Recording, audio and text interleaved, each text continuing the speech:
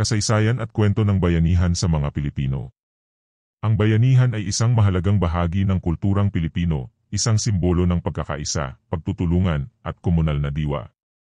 Ang isang tanyag na halimbawa ng bayanihan ay ang kwento ng paglilipat ng bahay kubo na naging simbolo ng tradisyong ito. Isang kwento ng bayanihan. Ang paglipat ng bahay ni Mang Pedro. Sa isang maliit na barangay sa probinsya ng Luzon, nakatira si Mang Pedro kasama ang kanyang pamilya sa isang bahay kubo. Dahil sa mga nagbabagong kalagayan ng panahon at pagbaha sa kanilang lugar, napagpasyahan ni Mang Pedro na ilipat ang kanilang bahay sa isang mas mataas at mas ligtas na lugar.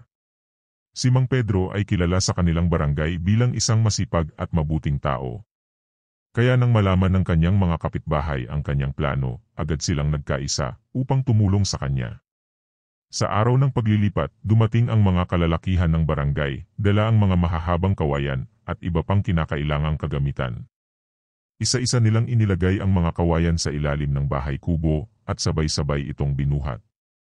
Ang mga kababaihan at kabataan naman ay nagbigay suporta sa pamamagitan ng pag-aayos ng mga bagay-bagay sa bagong lugar na paglilipatan. Habang buhat-buhat ng mga kalalakihan ang bahay, maririnig ang masayang tawanan, kwentuhan, at pagkanta na lalong nagbigay buhay sa gawain.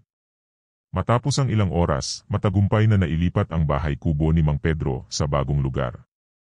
Pagkatapos ng trabaho, nagtipon-tipon ang buong barangay para sa isang salu-salo, kung saan nagbahagi sila ng pagkain at nagpasalamat sa bawat isa.